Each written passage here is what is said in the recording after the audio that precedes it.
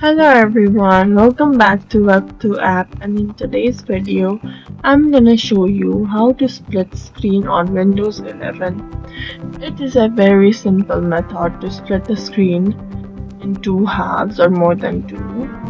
And to do so, first of all open your laptop and log into your account.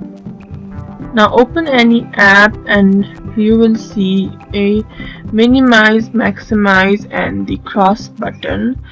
Now hover on the maximize button and it will now show you multiple layout options.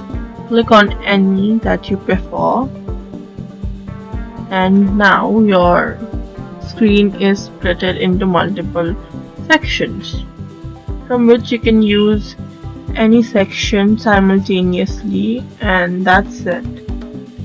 Thank you for watching and follow us for more tips and tutorials.